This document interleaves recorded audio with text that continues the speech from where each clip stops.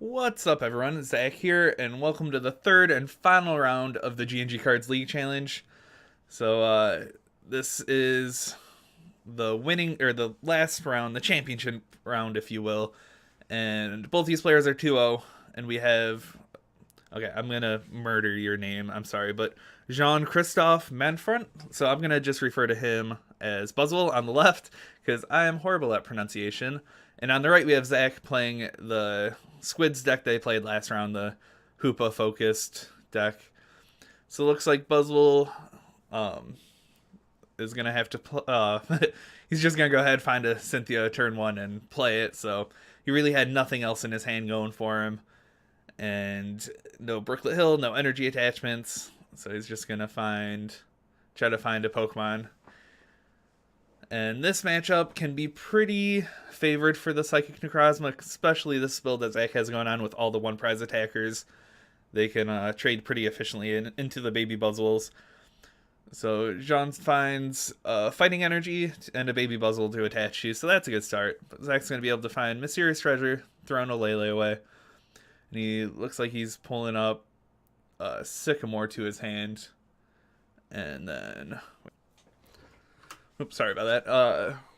Looks like he's going to probably find an Inkay. Yep, he's going to bench an Inkay. Then you're going to Mysterious Treasure away a Mewtwo. You don't really need it in this matchup. It's just kind of a two-prize liability. And then Zach's going to Wonder Take for a Sycamore. So when you have that good of a start, you really don't need Bridget. Unlike last game where he Lele's for a Bridget and it's just hiding in the prizes somewhere. It ended up working out for him, though. So Zach's going to find a Floatstone and going to Sycamore away a Guzma. He has basically everything he wants except Psychic Energy in the discard, so... And looks like he only drew into one, so he'll be able to... He plays a Hoopa down, and Zach will attach an Energy to the Hoopa, which I strongly disagree with.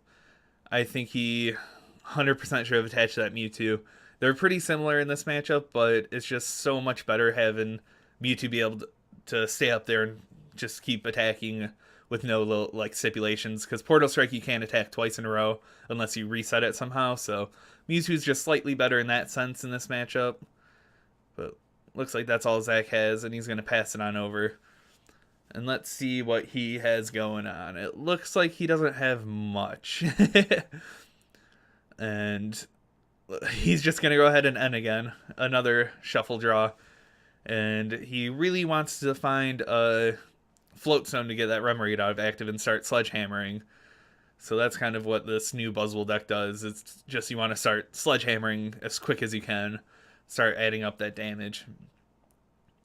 And he does find Octillery. Benches a couple Buzzwoles. Now he does bench Buzzwole GX, which is really not great right now.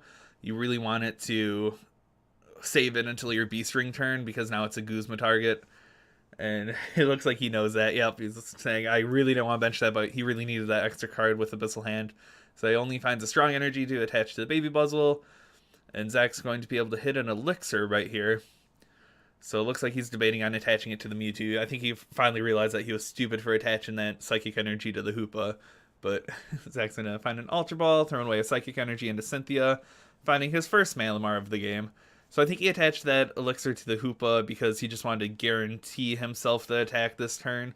And really, it doesn't make too much of a difference. So he's going to Sycamore away a Field Blower and a Bridget. And it looks like he gets his 7 fresh cards. He does find a Mysterious Treasure and another Energy, so that's pretty big. He's going to Mysterious Treasure away a Sycamore. He has another one in hand, so doesn't really need it unless he gets end into trash next turn. But Zach's going to find his second Malamar. So that guarantees he's going to attach return, find a Psychic Recharge, and I think that was only energy in his discard pile, so he'll be able to set up that Mewtwo once that Hoopa dies.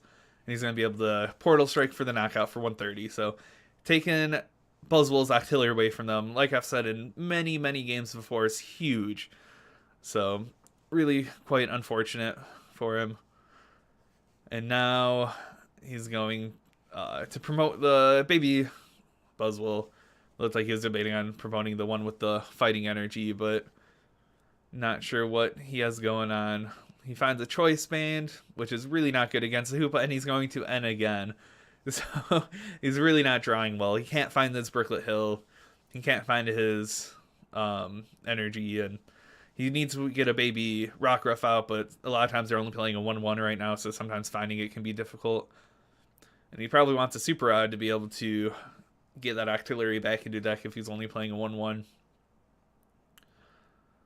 So it looks like Zach's goal right now is to be able to give Guzma and hit that Buzzwole so he can go down to 3 prizes and completely bypasses Baby Buzzwole's Sledgehammer phase when it's hitting for 120. So yeah, Jean's going to find Rockruff. So like I said, he really wants to get that Lycanroc up and going. It's really the only attacker in his deck that's not Psychic Weak, so it's pretty big. And then he's going to be looking for an energy attachment to it this turn, hopefully.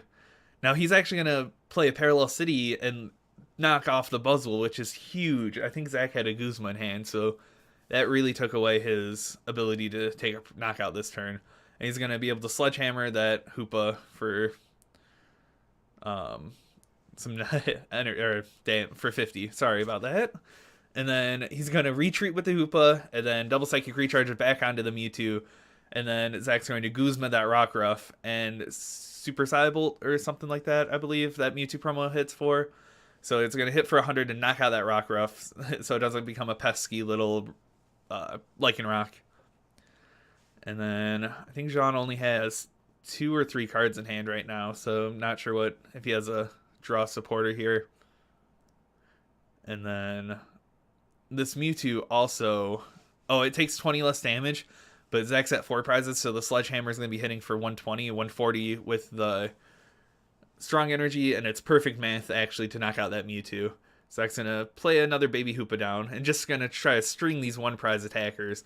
Going to be able to double Psychic Recharge to it and Sycamore. And he had an N, but Jean didn't really do anything that turn, so it looks like Zach found some elixirs. Ooh, and he definitely found energy there. So he's going to be able to set up a second Hoopa, even. Now, Zach has a Inkay on the field that he's going to be looking to get a Malamar out, and I think I actually saw his Malamar in his hand. So he's going to Elixir, find another one. So now he has 2 full powered up Baby Hoopa, so he'll be able to string them along pretty well. And then, yep, there is a Malamar in Zach's hand. Yeah, so he doesn't forget to do that. But he has no energy in the discard, I believe.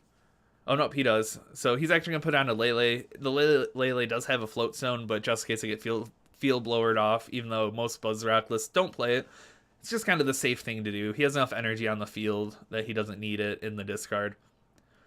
So Jean's going to promote the Lele with the Float Stone and see if he can find anything. And at this point, if he really... This is going to be his last turn of Beast Rings if he attacks with the Baby Buzzwole.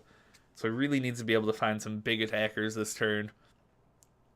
But this matchup really has been unfavorable for him. Looks like he's just going to pass with Lele in the active. So Zach's going to retreat, pay its 2 costs, and Psychic Recharge them right back on. And going to Portal Strike for 130. And just going to keep chaining these along. And let's see did he get the Magic Top Deck? It doesn't look like it. He's quite disappointed. Like, oh, well, I have an Elixir. And does he hit it? And he whiffs it. So not his game. And not sure what else he can do at this point. He's just fallen so behind. He's going to have to retreat that Lele this turn. But he has an energy, and that's about it. I mean, I could see he could maybe attach the energy to the Lele, like last turn. But it still looks like he's going to Guzma up a Malamar that doesn't have a Float Stone on it, and going to Sledgehammer for 30 big ones. And it looks like Zach top decks a Guzma is like, yeah, I'll Guzma that Lele and take the 2 prizes. So at this point, it's just about game. But that's, yep, that's his hand. Now, he made a couple interesting changes that he was playing a Delinquent, which really doesn't help with consistency and the Timer Ball. But the Timer Ball really only gets you Octillery and Lycanroc. But, yep, thanks for watching, everyone. Thanks for tuning into our League Challenge. We're going to be streaming Friday tournaments just about every week, except on, like, big weekends like the North American Internationals will be away, but most Fridays we'll stream our local tournaments. So head on over to twitch.tv/TeamTastePTCG, so like Pokemon trading card game. So Team Taste PTCG to go follow that, and We're going to be doing tournaments just about every Friday, and I was thinking about even streaming, like restreaming the tournament with the commentary. So let me know what you guys think, and yep, thanks for watching, everyone. Later.